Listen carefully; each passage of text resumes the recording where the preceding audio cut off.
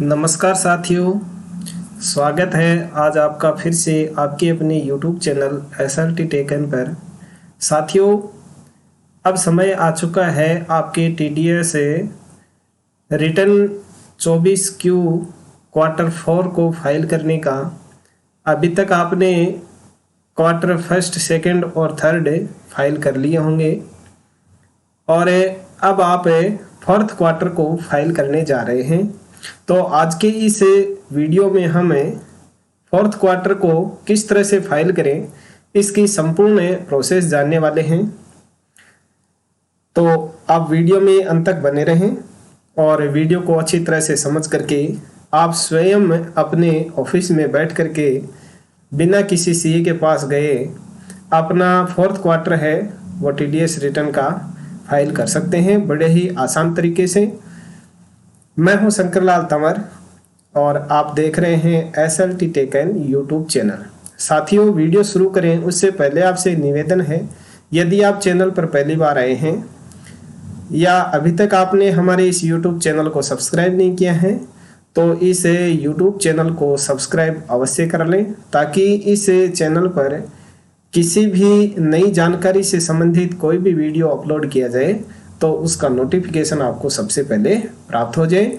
और साथ ही यदि आपको ये वीडियो पसंद आए तो इसको लाइक भी करें और अपने अन्य साथियों को भी शेयर करें, जिससे उनको भी इसका लाभ मिल सके।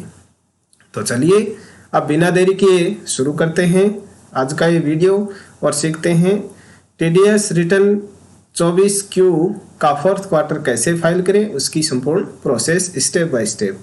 तो साथियों, सबसे पहले आपको कोई भी क्वार्टर फाइल करें उससे पहले जो इसकी यूटिलिटीज हैं, जो यूटिलिटी मैंने आपको 2 बताई थी पूर्व वीडियो में, इस TDS रिटर्न फाइल करने से संबंधित वीडियो की सीरीज है वो मेरे इस यूट्यूब चैनल के ऊपर अपलोड की हुई है। रजिस्ट्रेशन से लेकर के पूरी प्रक्रिया है वो इसके ऊपर अलग अलग वीडियोज में बताई गई है। आप चैनल पे विजिट कीजिए और उसमें TDS ट्रेस नाम से एक प्लेलिस्ट बनी है, उसमें आप सभी तरह की वीडियो देख सकते हैं। तो चलिए, सबसे पहले आपको अपने लैपटॉप या कंप्यूटर का कोई भी ब्राउज़र ओपन कर लेना है और उसके गूगल सर्च बॉक्स में टाइप करना है TINNSDL और उसे सर्च कराना है। आपको जो ऊपर वेबसाइट का लिंक दिखाई दे उसी के ऊपर क्लिक करके इसको ओपन कर लेना है। जैसे ही आप इसे ओपन करेंगे ये इस तरह के कुछ नोटिफिकेशन आपके सामने ओपन होंगे, इनको कंटिन्यू करते चले जाना है और फाइनल में आपके सामने इस तरह का स्क्रीन ओपन होगा। अब आपको यहाँ सर्विसेज में चले जाना है। ये जो सर्विसेज लिखा हुआ है इसके ऊपर जैसे ही आप अपने माउस का कर्सर ले जाएंगे आपके सामने सब मेन्यू ओपन हो जाएंगे। अब आपको इस तरफ चलना है और यहाँ लिखा हुआ है ETDS/ETCS, इसी ऑप्शन के ऊपर क्लिक कर देना है। जैसे ही क्लिक करेंगे आपके सामने एक नया पेज ओपन होगा।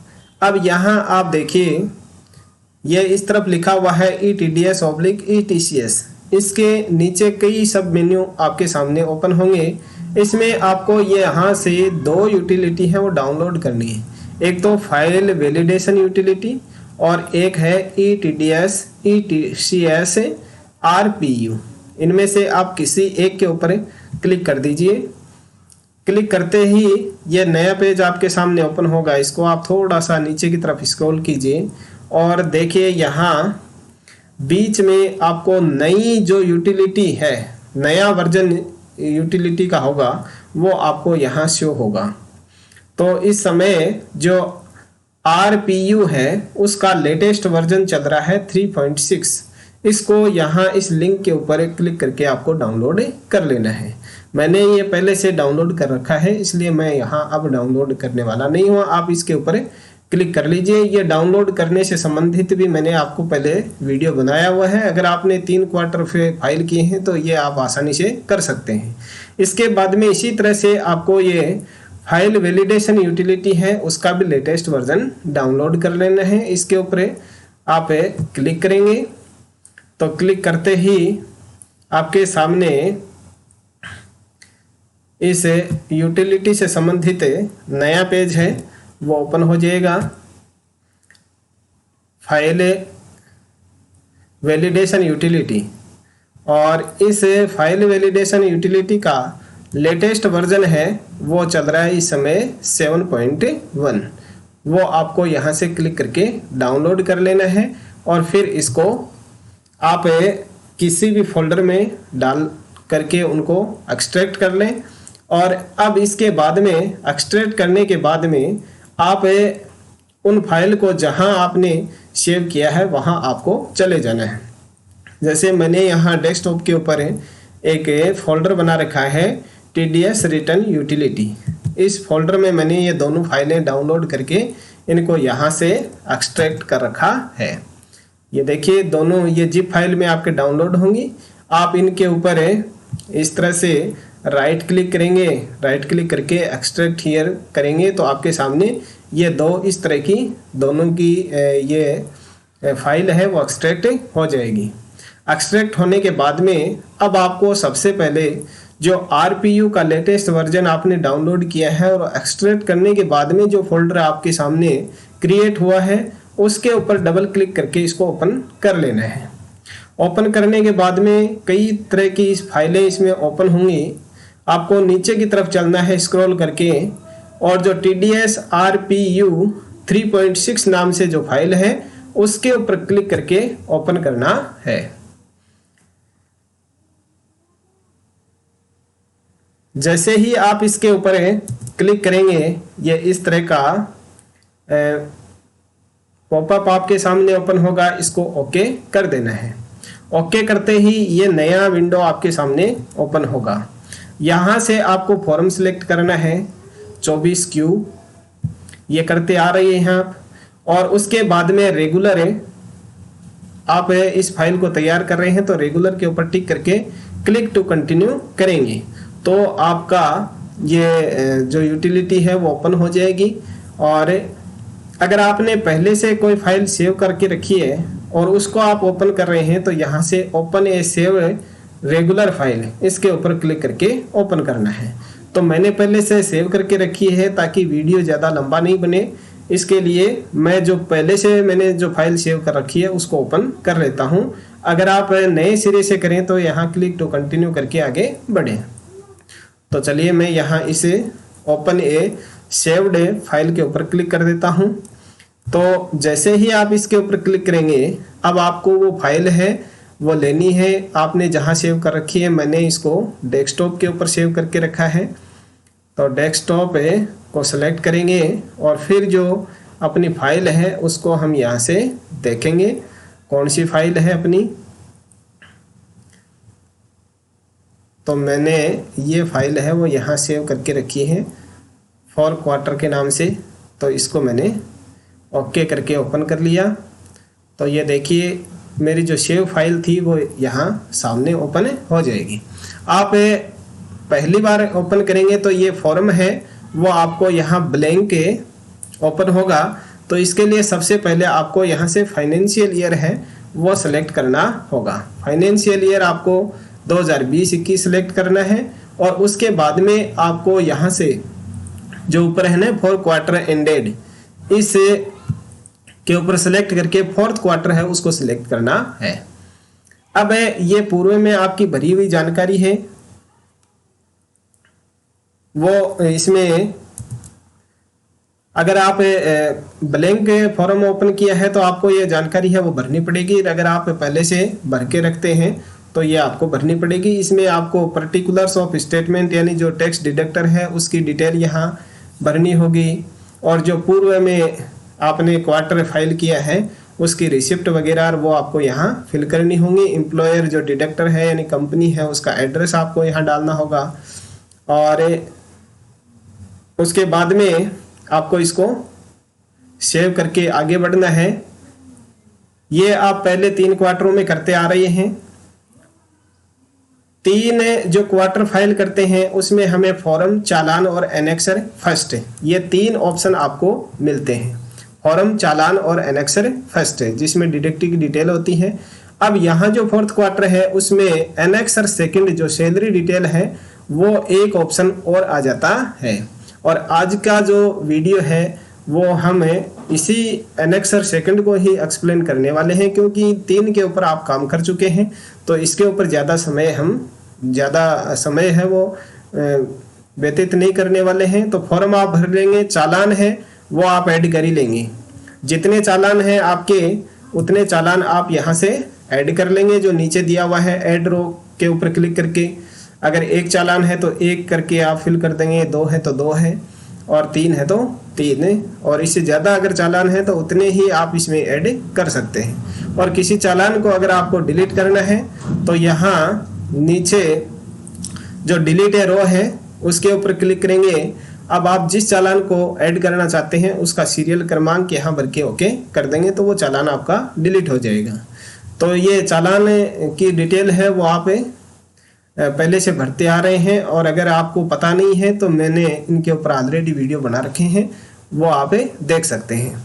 एनेक्सर सेकंड है उसमें आप इन तीनों चालान की डिटेल है वो डिडक्टिव की वो आपको यहाँ फिल करनी है।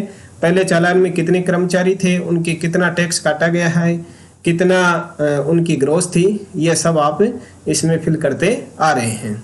तो चलिए आज के इस महत्वपूर्ण वीडियो का जो विषय है एनेक्सर 2 उसी के ऊपर हम चलते हैं। अब एनेक्सर 2 है उसमें आपको आपके पूरे सेशन में यानी फर्स्ट क्वार्टर से लेकर के फोर्थ क्वार्टर तक जितने एम्प्लॉइज आपकी कार्यालय में काम किया है उन सब का जो विवरण है वो हमें भरना है। चाहे जुलाई से लेकर के अप्रैल से लेकर के मार्च तक आपके कार्यालय में कई कर्मचारी आए हैं और कई चले गए हैं, उन सब की डिटेल है वो इस एनेक्सर सेकंड में भरनी होगी। यानी जितने समय के लिए वो कार्मिक यहाँ रहे हैं उन सब की डिटेल आपको यहाँ फिल करनी होगी। तो चलिए मैंने आपके जितने भी कर्मचारी हैं उन कर्मचारियों की संख्या के हिसाब से आप यहाँ से नीचे ऐड रो है उसके ऊपर क्लिक करके उतनी पंक्तियाँ आप ऐड कर लें। मैं यहाँ आपको एक डिडक्टिव है, एक एम्प्लॉई है, उसका ये एनेक्सर सेकंड है वो आपको बता देता हूँ किस तरह से आपको फाइल करना है। चलिए मैं पेज को जूम कर लेता हूँ जिससे आपको आसानी से समझ में आ जाए। इसमें जो पहला कॉलम है उसमें आपको सीरियल नंबर डालना है। जो कर्मचारी आप अपने हिसाब से उन कर्मचारियों को सीरियल नंबर दे सकते हैं। जैसे 50 कर्मचारी हैं तो 1 2 3 4 आप सीरियल से उनको नंबर दे सकते हैं। उसके बाद में ये जो ब्लॉक सेल है उनमें आपको कुछ करना नहीं है। जो सफ़ेद कॉलम आपको दिखाई दे रहे हैं उन्हीं में आपको एंट्री करनी है। अब यहाँ देखिए permanent account number of employee, जिस एम्प्लॉय की आप यहाँ डिटेल फाइल करने जा रहे हैं उस एम्प्लॉय का यहाँ पे नंबर आपको डालना है, और उस एम्प्लॉय का नाम है वो अगले इस फोर्थ कॉलम में डालना है। उसके बाद में अगला जो 5 नंबर का कॉलम है उसमें है डिडक्टिव टाइप, सीनियर सिटीजन है या सुपर सीनियर है, सिटीजन है या अदर है, तो वो आपको यहाँ इसके ऊपर क्लिक करना है। यहाँ आपको सिलेक्ट मिलेगा, उस सिलेक्ट बटन के ऊपर जैसे ही क्लिक करेंगे आपके सामने 4 ऑप्शन ओपन होंगे, women, senior citizen, super senior citizen और अदर्स। आपका जो कर्मचारी है वो किस कैटेगरी में है उसको आपको सेलेक्ट कर लेना है।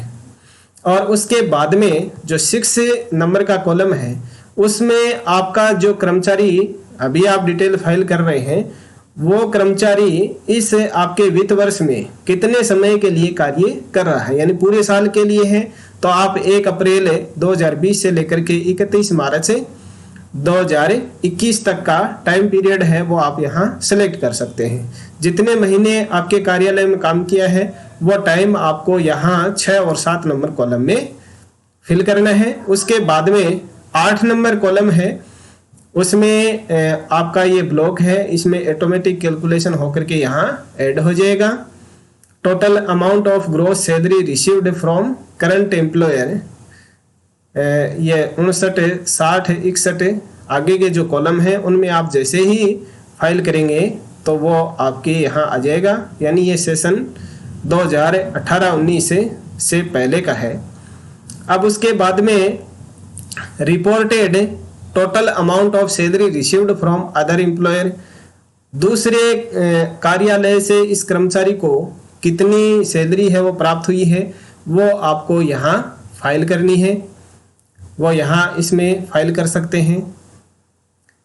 और उसके बाद में यहाँ टोटल इनकम हो जाएगी, यानी आप जैसे ही 59, 60 और 61 नंबर कॉलम में आपके अधीन जो सैलरी मिली है उसको आप फाइल करेंगे तो वो आपको यहाँ आ जाएगी। और अगर दूसरे कार्यालय में कर्मचारी काम करके आया है और उसकी रिपोर्ट आपको दे रहे हैं तो आपको इस 9 नंबर कॉलम में उसे इनकम को भर देनी है। उसके बाद में यहाँ टोटल जो ग्रॉस आ जाएगी वो यहाँ इसे 10 नंबर कॉलम में ऑटोमेटिक कैलकुलेट हो जाएगी। उसके बाद में देखिए जो 11 नंबर कॉलम है उसमें है total deduction under section 16II। ये जो सेक्शन होता है इसमें जो मनोरंजन भत्ता आदि मिलता है वो आती है। तो अगर आपके केस में ये मिल रहा है तो आप इसको यहाँ फाइल कर सकते हैं, फिल कर सकते हैं, और वरना इसमें 00 आएगा। और जो अगला 13 नंबर कॉलम है वो आपके लिए महत्वपूर्ण है। 16IA, इस सेक्शन में जो स्टैंडर्ड डिडक्शन है 50,000 वो राशि आपको फिल करनी है। और ये 14 नंबर कॉलम ऑटोमेटिक यहाँ फिल हो जाएगा। इसके बाद में चलते हैं, मैं अगले कॉलम की तरफ मैं शीट को थोड़ा सा आगे कर लेता हूँ।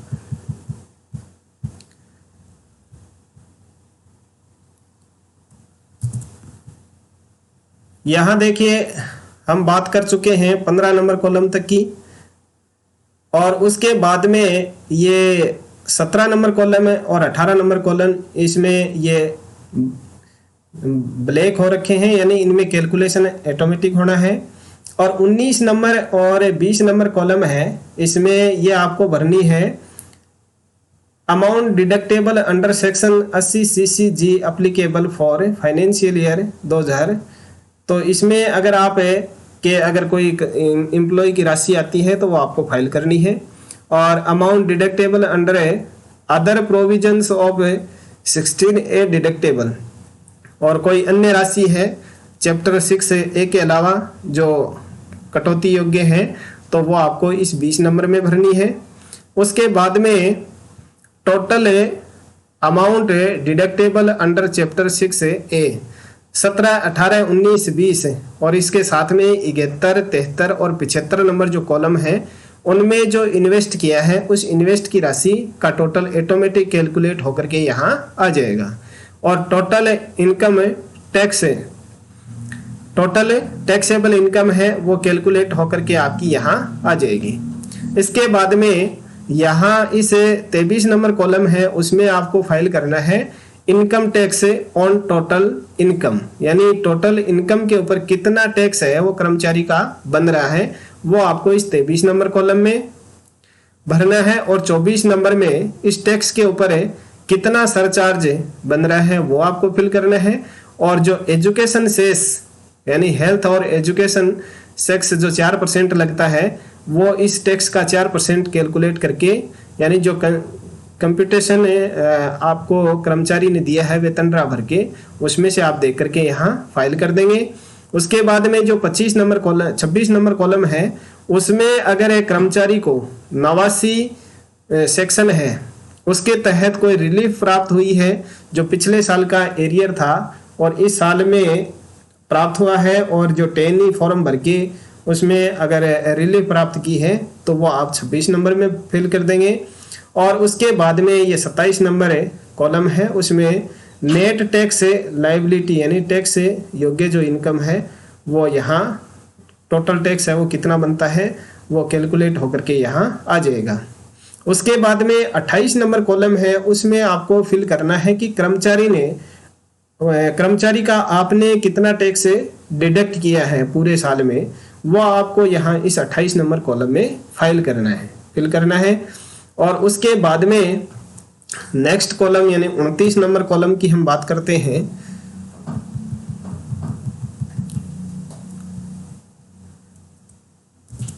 29 नंबर कॉलम है, उसमें आता है reported amount of tax deducted at source by other employers.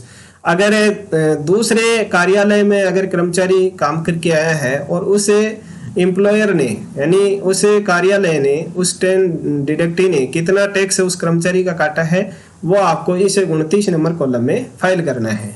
30 और 31 नंबर कॉलम है, उसमें टोटल टैक्स आ जाएगा, हर प्रकार से कर्मचारी का कितना टैक्स काटा गया है वो इस 30 नंबर में आ जाएगा। और 31 नंबर जो कॉलम है उसमें अगर कर्मचारी का और टैक्स बनता है तो वो प्लस में आ जाएगा और रिफंडेबल है तो वो माइनस में यहाँ शो होगा। उसके बाद में चलते हैं 32 नंबर कॉलम। इसमें दिया गया है whether tax deducted at higher rate due to non furnishing of PAN by deductee. 32 number column में यस और नो का सिलेक्ट आपको करना है। यस आपको उस कंडीशन में करना है कि कर्मचारी ने आपको पहले पैन कार्ड उपलब्ध नहीं करवाया, जिसकी वजह से आपने कर्मचारी का ज्यादा टैक्स काट लिया था, तो आपको यस करना है।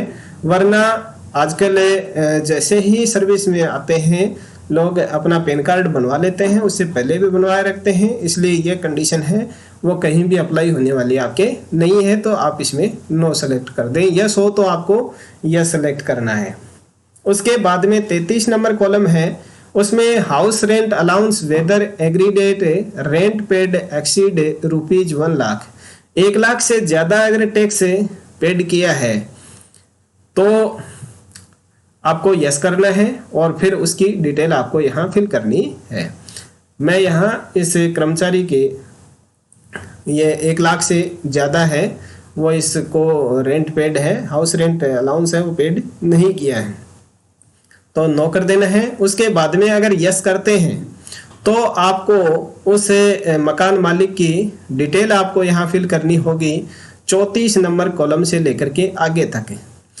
इन if exemption is claimed under section 10(13) a PAN of landlord first, यानी आपने हाउस रेंट अलाउंस है उसमें टैक्स में छूट प्राप्त की है, तो आप पहले मकान मालिक जिसमें रहे हैं उसके पेन की डिटेल आपको यहाँ देनी होगी। इसके लिए आपको यहाँ पहले यस करना होगा, उसी के बाद में ये सारे हैं वो कॉलम काम करेंगे। अगर आप यहाँ नो करते हैं तो इन आगे के कॉलम हैं, कई कॉलम हैं जिनमें आपको कुछ भी फाइल नहीं करना है।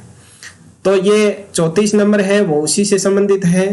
35 है उसमें मकान मालिक का नाम आना है। फिर इसके बाद में अगर कोई एक मकान से एक से अधिक एक साल में ज़्यादा मकानों में रहा है तो अलग अलग 3-4 जितने भी मकान हैं उसने बदले हैं उन सब की डिटेल आपको यहाँ नीचे फाइल करनी है। तो इस तरह से ये आगे के 35, 36, 37, 38, 39 और आगे में और दिखा देता हूँ आपको, कई कॉलम हैं वो इस हाउस रेंट से संबंधित हैं।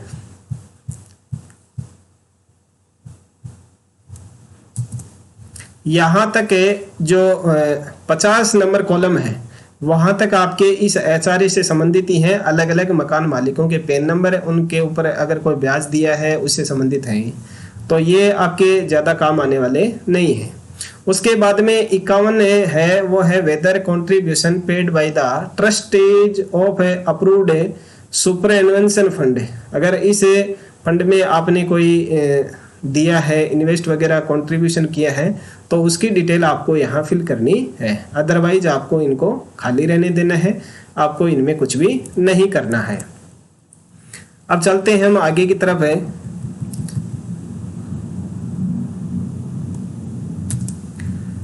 ये 52-51 से लेकर के आगे तक है ये सुपर एनुवेंशन फंड से ही संबंधित है 58 नंबर कॉलम तक।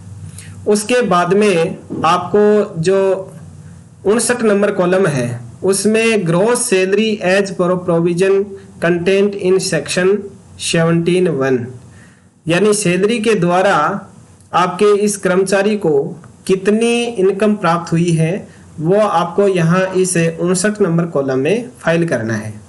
और इसके बाद में जो 60 नंबर कॉलम है उसमें है value of perquisites section 17(2) as पर फॉर्म इनके अलावा जो प्रॉपर्टी आदि से अगर कोई इनकम हुई है तो वो आपको इन्हें 60 नंबर कॉलम में, और इसी तरह से profit of leave of salary से या कोई प्रॉफिट हुआ है तो वो आपको इसी 61 नंबर कॉलम में भरना है। इसके बाद में travel concession of assistant section, यात्रा कंसेक्शन के रूप में आपको कोई मिला है तो वो आपको यहाँ इस 62 नंबर कॉलम में फिल करनी है। इसके अलावा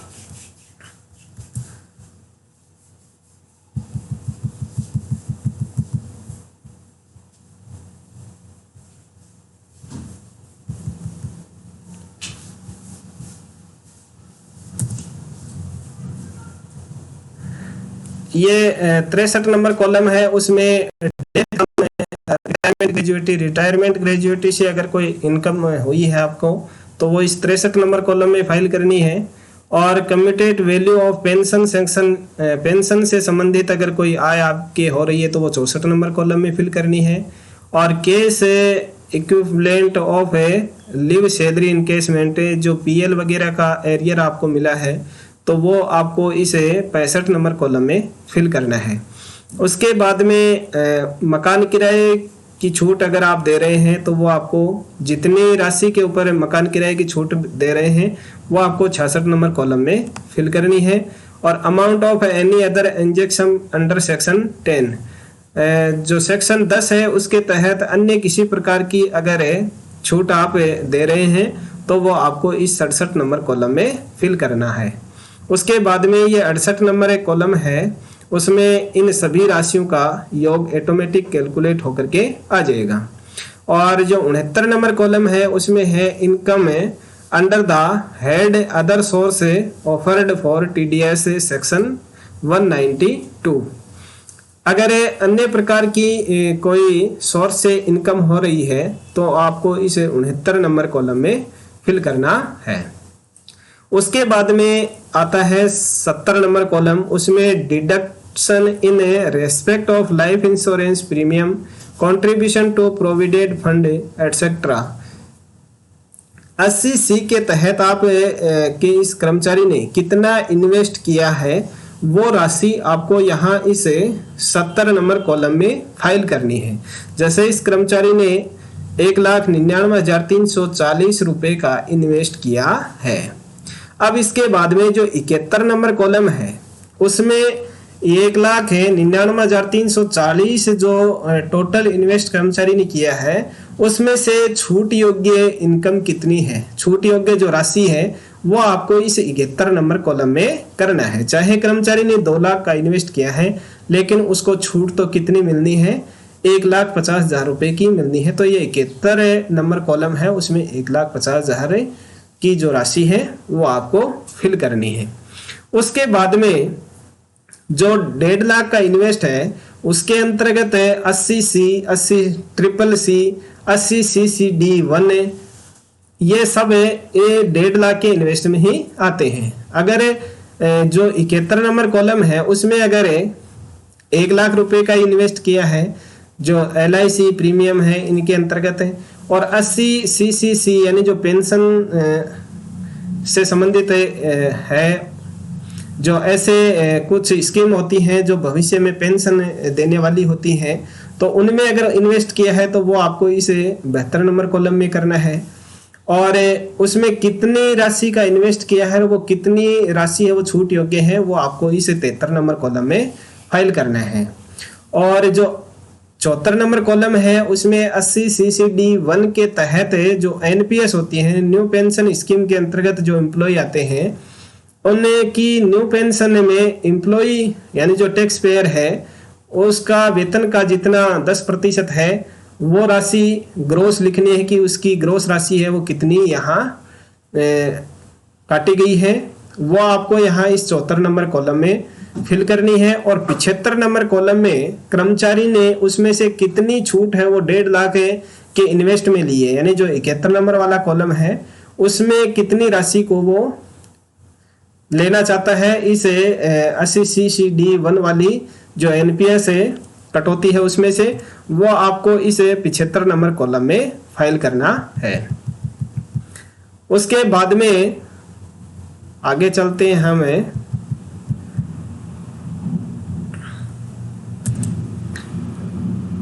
ये 75 में आपने वो भर दी। इसके बाद में 80 CCD1B ये 76 नंबर कॉलम है। इसमें वो राशि आती है कि मान लिया कि एक कर्मचारी है, उसने 1 लाख का 2 लाख का इन्वेस्ट कर दिया एनपीएस से सहित, लेकिन जो 1.5 लाख है तक की राशि है उसमें उसका एनपीएस को छोड़ करके ही इन्वेस्ट हो गया, तो अपना जो एनपीएस है उसमें से 50,000 रुपए की राशि है वो 80 CCD1B के तहत वो छूट प्राप्त कर सकता है। मान लिया इसमें 50,000 रुपए का उसने इन्वेस्ट कर दिया।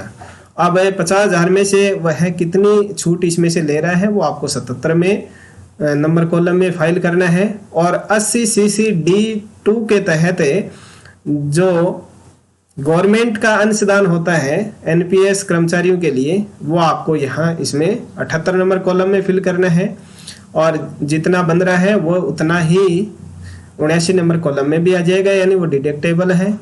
और उसके बाद में जो हेल्थ इंश्योरेंस प्रीमियम है जो 80D के तहत आता है, मेडिकल से संबंधित है, वो ग्रॉस अमाउंट आपको इसमें 80 नंबर कॉलम में फिल करना है। और वो डिडक्टेबल कितने ही राशि है वो आपको 81 नंबर कॉलम में फिल करनी है। उसके बाद में जो शिक्षा से संबंधित ऋण वगैरह है वो ग्रोस राशि कितनी है वो 82 नंबर कॉलम में फिल करनी है। और उसमें से डिडक्टेबल कितनी राशि है वो 83 नंबर कॉलम में फिल करनी है। उसी तरह से जो 80G है, 80G के तहत जो ग्रोस इनकम है वो आपको इसमें भरनी है 84 नंबर कॉलम में, यानी जो दान आदि किसी भी संस्था में दान दिया गया है वो दान वाली राशि है वो आपको इस 84 नंबर कॉलम में फिल करनी है। और उसमें से क्वालिफाइंग यानी योग्य कितनी राशि है, कई जो ऐसी संस्थाएं होती हैं जिसमें राशि 100% छूट योग्य होती है, कईयों में 50% राशि होती है और कईयों में 25% राशि होती है। तो जिस कैटेगरी के अंतर्गत कर्मचारी का इन्वेस्ट है उस के अनुसार उसकी क्वालिफाइंग जो अमाउंट है वो आपको यहाँ इस 85 नंबर कॉलम में फिल करनी है। और उसके बाद में जो डिडक्टेबल अमाउंट है वो आपको इसमें 86 में फाइल करना है। उसके बाद में आता है 87 नंबर कॉलम जिसमें 80 TTA यानी ये जो अपना बैंक अकाउंट होता है, सेविंग बैंक अकाउंट, उस में मिलने वाली जो ब्याज राशि है वो ब्याज राशि अगर कर्मचारी आपको अपने कंप्यूटेशन यानी वेतन ड्रा में फाइल करके देता है तो वो आप यहाँ फाइल कर सकते हैं, अदरवाइज आप इसको खाली भी छोड़ सकते हैं, ये कोई कंपलसरी नहीं है। अब उसे जैसे मान लिया कि 12,000 रुपये का कर्मचारी को सेविंग अकाउंट से ब्याज प्राप्त हो रहा है, उसमें क्वालिफाइंग है वो 10,000 के लिए है, यानी 10,000 तक की राशि के लिए कोई टैक्स है उसको देना नहीं पड़ता है। तो यहाँ इस 88 नंबर कॉलम में वो राशि आ जाएगी। और इसके बाद में आगे के कॉलम की हम बात करते हैं।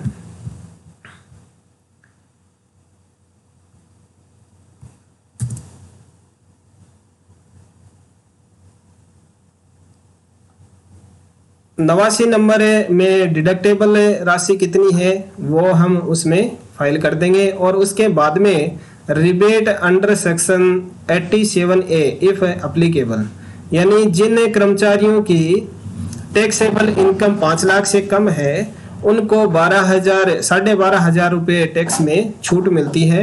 अगर कर्मचारी उस क्राइटेरिया के अंतर्गत आता है तो 90 नंबर कॉलम है उसमें 12,500 रुपये हम यहाँ फाइल कर देंगे कि 12,500 की रिबेट के लायक यह कर्मचारी है। उसके बाद में amount deductible under any other provisions of chapter 6A gross amount, यानी ये जो सेक्शन यहाँ बताए गए हैं 80D है, 80G है, 80 CCD1B है, 80 TTA है, इनके अलावा अगर कोई सेक्शन बच गया और उसमें अगर कर्मचारी ने इन्वेस्ट किया है तो वो आपको जितनी राशि बच गई सभी सेक्शनों को जोड़ करके वो आपको इस 91 नंबर के कॉलम में फिल करना है। और उसमें से क्वालिफाइंग कितने के लिए है, यानी वो योग्य राशि कितनी है वो आपको 92 नंबर कॉलम में फिल करनी है। और उसके बाद में इसका जो लास्ट कॉलम है वो है 93, जो अब की बार ही इसे में जोड़ा गया है। Whether opting for taxation under section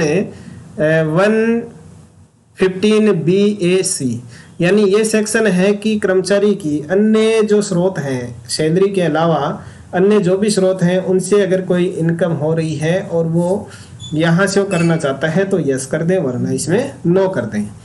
ये और इस तरह से आप इसे सेक्शन एनेक्सर सेकंड है जिसमें सैलरी डिटेल है वो फाइल की जाती है, उसको आप प्रत्येक कर्मचारी का एक एक करके इस तरह से फाइल करना है। ये कार्य आपको बड़े ही सावधानी पूर्वक करना है, क्योंकि आप इसमें कोई भी मिस्टेक कर देंगे तो जब एक कर्मचारी है वो अपना रिटर्न फाइल करेगा उस समय उसके सामने दिक्कत महसूस हो सकती है। इसलिए आप इनमें से जो प्रत्येक सेक्शन है उनको अच्छी तरह से फिलअप करें।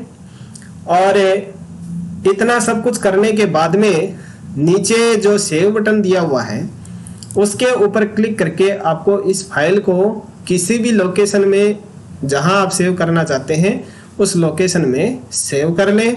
और उसके बाद में सेव करने के बाद में साथ में ये क्रिएट फाइल ऑप्शन दिया गया है, उसके ऊपर आप क्लिक करके इस फाइल को सेव कर लें। पूरी फाइल जब आपकी कंप्लीट तैयार हो जाएगी उसी के बाद में ये है वो सेव होगा और क्रिएट होगी।